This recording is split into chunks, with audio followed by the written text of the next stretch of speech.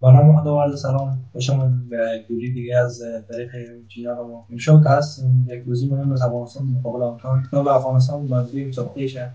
و امشب بازی افتتاحی هم هست. امشب دیگه بازی اول است که افغانستان مقابل آمریکا قرار گیره و تبار هر پیرد افغانستان پیامتان مقابل شدن. 5 نفر مقابل شدیم که 13 افغانستان بزرگی است که آمریکا که سال 2014 2015 جلس افغانستان بوده و باز آمریکا نتونسته که افغانستان را شکست بده و آمریکا مقابل از 5 مسابقه آخر 3 مسابقه رو برده و دیش باید در افغانستان 3 مسابقه رو برده و دوره باید و در شهزاید استودیو میدون ابوظبی و وقت محلی خود ما در افتین رو شروع شدم و انشاءالله که افغانستان بنزی مسابقه است و اسکور اصلی است. اسکور هم که است رحمان الله گلبوز احتمالی اسکور است رحمان الله گلبوز بومدادران محمد نبی کفتانش که است راشتان محمد اسحاق رحیمی کریم جنت نوین الحق ابراهیم دادان راشد خان و سایر دیگه بازیکن است که بهترین اسکور است و یک بازیکن که اوستش او از آسیا کپ عبدالله احمدی بود مقابل بیخلدن و اسکور افغانستان نیست متاسفانه بگیم خوشبختانه بگیم که وجهش پس نوین الحق حق اینجوریش پس تمام شد تپیش تمام می‌بینیم ان شاء الله که آسیا کپ حتما جوری شه و میراش که از سمپر سکشنال اوجاست که از خود ایست یک از تفور است از پاکستان است مسابقه قبلی قبل افغانستان که میری که و یکش محمد عامر است که اون از پاکستان است توی باید بازی افتتاحی هم از افغانستان مقابل هنگ کنگ. دی گروپ ای که از گروپ ای افغانستان است، سریلانکا است، بنگلادش است و هنگ کنگ است. دی گروپ بی پاکستان است، هند است، عمان است و یو ای است که بهترین تیم است. افغانستان گشت با گروپ سخت است، دو تیم سرسخت قوی است که سریلانکا و بنگلادش است و از پاکستان گروهشون که از خسر خیسکفان خود هند و پاکستان در افغانستان سه تیم مشهور آسیا است و امید است که انشاءالله افغانستان چهارتیم کوالیفای کنه و به فاینال بره و فاینال انشاءالله بیایم دیگه بازی رو ببینده باشیم انشاءالله دیگه به کفتانی راستان مسابقه انشاءالله بگیم در مسابقه قبلی که بود افغانستان شکست سنگین خود از طرف پاکستان با مونده 5 ویکت گرفت و هرچه که هم پس بدبختانه بودیم که سه بازیکن مناسب رو شد بازیکن سینیر ما از مطلع وزیر صفر رو شد در روش رسمی و کریم جنات و انشالله ما که هر وقت باخت دادیم پس قوی برگشتیم انشالله افغانستان که انشالله خیلی قوی برگرده و کمبک انشالله کمبک استرانگی کمبک قوی پس انشالله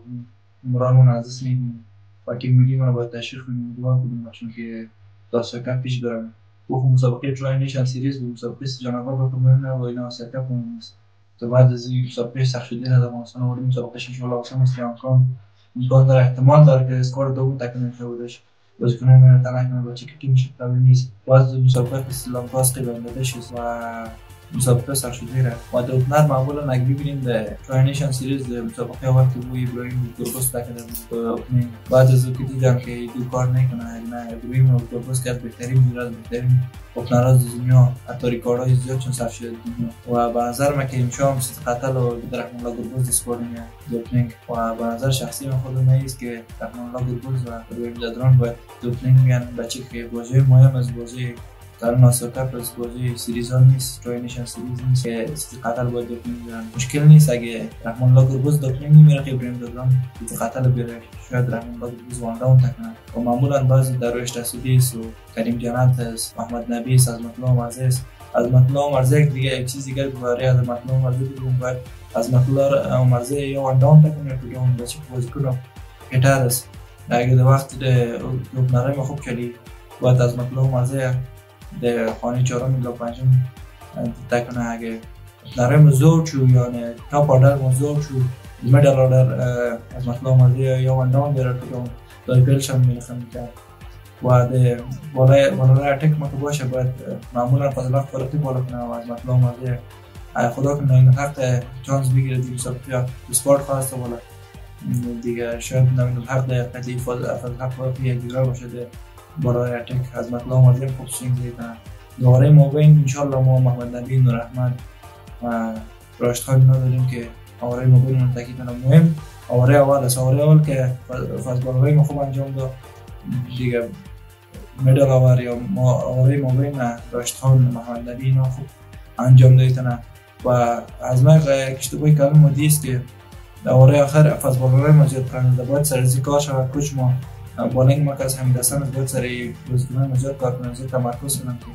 مسابقه آسیا کپ است، مسابقه خود نیست و زیاد که در مسابقه هستی باید دوباره آخر هر وقت فضلک فارقی که شما شاید دیده باشین